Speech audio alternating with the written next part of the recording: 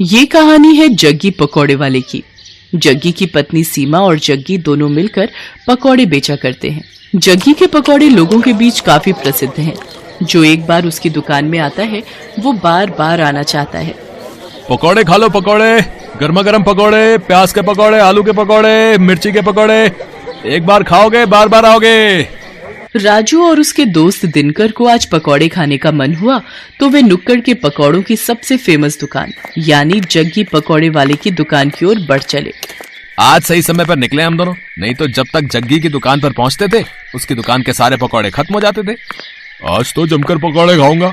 जग्गी के मिर्च वाले पकौड़े तो इतने स्वादिष्ट होते हैं भाई कि क्या बताऊं यार।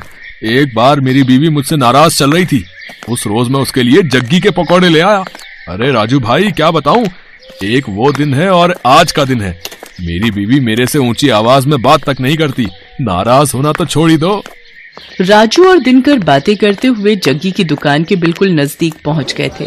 तभी उन्हें दूर से जग्गी की दुकान पर भारी भीड़ दिखाई दी। अरे दिनकर भाई, कहीं आज भी हम लोग लेट तो नहीं हो गए? देख रहे हो जग्गी की दुकान के बाहर लोगों की भीड़।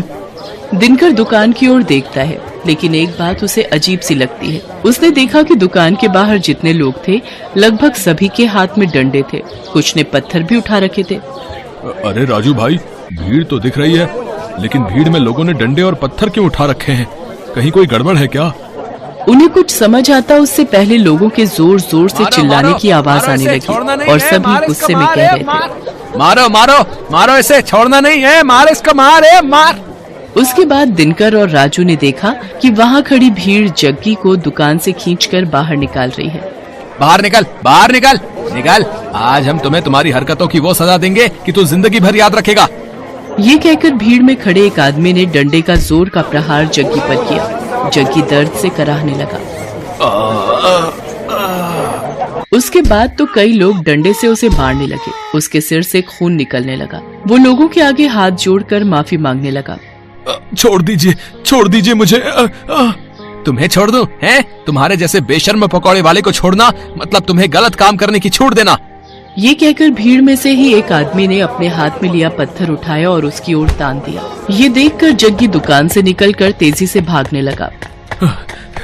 ये लोग तो मेरी जान ही ले लेंगे, मुझे किसी भी तरह यहाँ से निकलना होगा।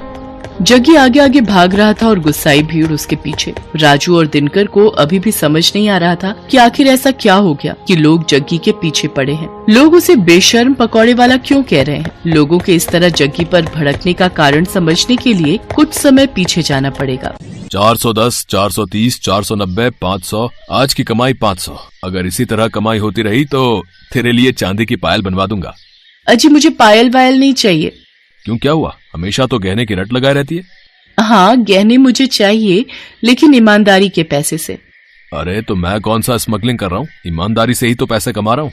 देखिए जी, ये आपको भी पता है आप कैसे पैसे कमा रहे हैं। पकौड़ों को बनाने के लिए आप क्या करते हैं? अगर किसी को पता लग गया ना तो फिर बवाल हो जाएगा, कोई आपको छोड़ेगा नहीं। अरे तू चुपचाप रह, फालतू की बड़बड़ मत कर। मुझे जैसे बेचना है पकौड़े मैं वैसे ही बेचूंगा। जग्गी बहुत ही बेशर्म इंसान था।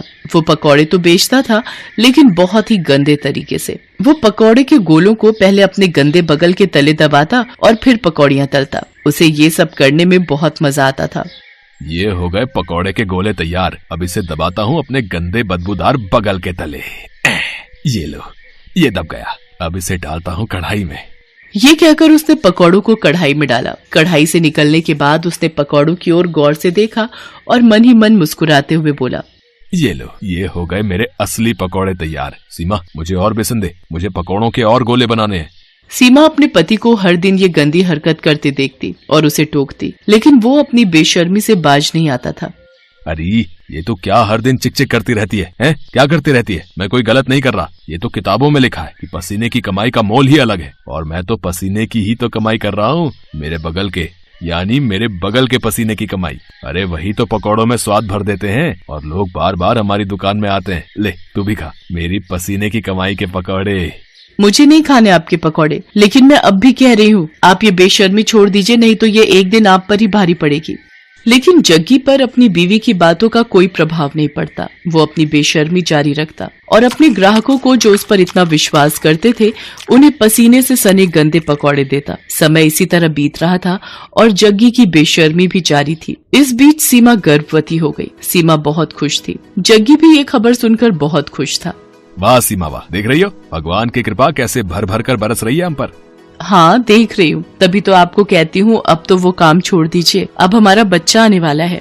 अरे तो फिर से शुरू हो गई, तुझे क्या दिक्कत है? क्या दिक्कत है मेरी तरक्की से? कभी कभी तो लगता है कि तुम मेरी सबसे बड़ी दुश्मन है।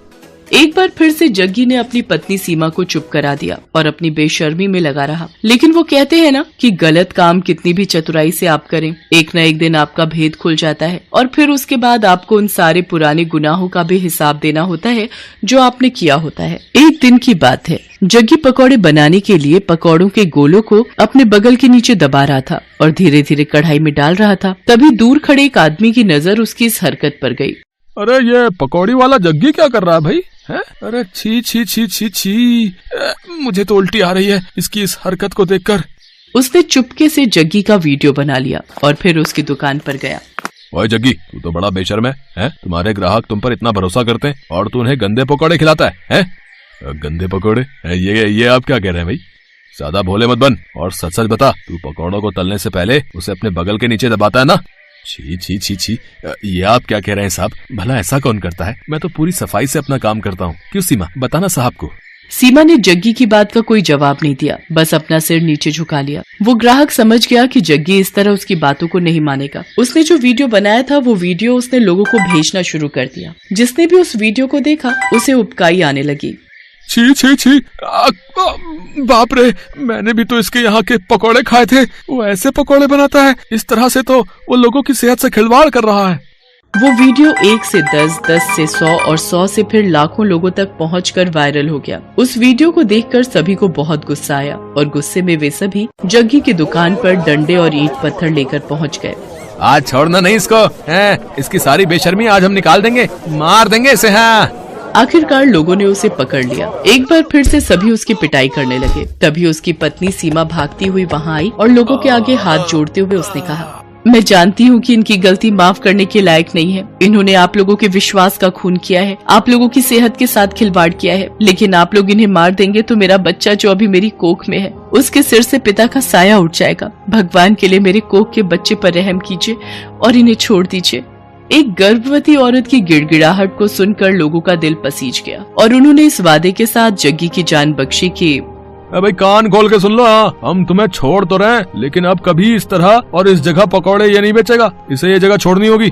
सीमा ने उनसे वादा किया। जग्गी को वो जगह छोड़नी पड़ी। जग्गी को बार बार उसकी गलतियों के लिए आगाह किया जा रहा था, लेकिन वो अपनी आदत से बाज नहीं आ रहा था और एक दिन उसी आदत के कारण न सिर्फ उसकी जान पर बनाई बल्कि उसे अपनी वो जगह भी छोड़नी पड़ी जहाँ उसकी दुकान बहुत चलती थी। आज जग्गी जहाँ भी अपनी दुकान लगाने की कोशिश करता है उसके पुराने कर्म उसकी राह में आ जाते हैं। अब उसे अपनी करनी पर बहुत दुख होता है, लेकिन वो कहते हैं ना कि अब पछताए होत क्या जब चिड़िया चुग गई खेत। Best buddies. Hello friends. Thanks for watching this video. अगर आपको ये वीडियो पसंद आया है तो प्लीज लाइक, सब्सक्राइब, कमेंट्स करें इस वीडियो पर और हाँ, शेयर करना भी ना भूलें। और भी मजेदार वीडियो देखने के लिए नीचे दिए गए बेल आइकॉन को दबाएं। देखते रहिए बेस्ट बडीज।